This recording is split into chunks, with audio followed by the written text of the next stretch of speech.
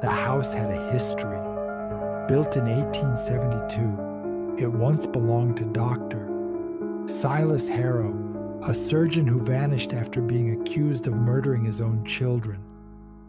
Whispers followed the house ever since, of flickering lights, screams at night, and the stench of rot during full moons. Elena was skeptical. She didn't believe in ghosts. But when two more girls disappeared, both last seen near that same street, she got a warrant and went in. Inside, the house was as expected, dusty, decaying, full of shadows. But the basement was locked.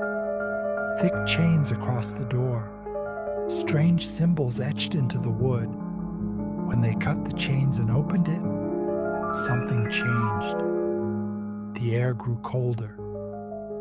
The light dimmed, though no one touched the switch.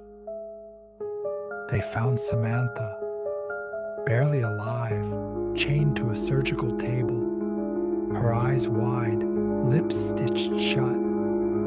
She wasn't alone. Beside her were the skeletal remains of at least 5 others. Some had been dead for years. One skull still had long strands of red hair. They found a journal too, bound in leather and damp with blood. Dr. Harrow's journal. Its pages told of a man who believed in purifying voices.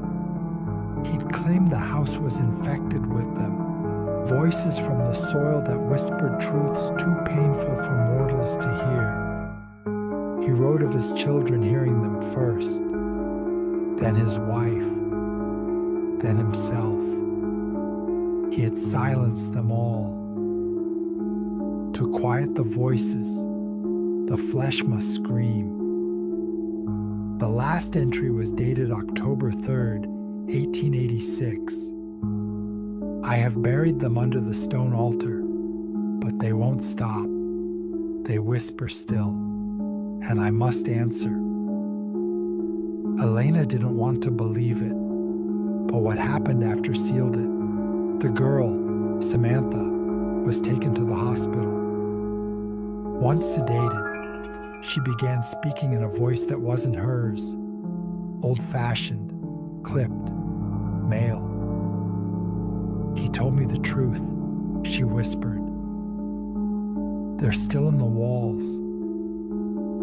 Later that night, one of the officers who entered the house shot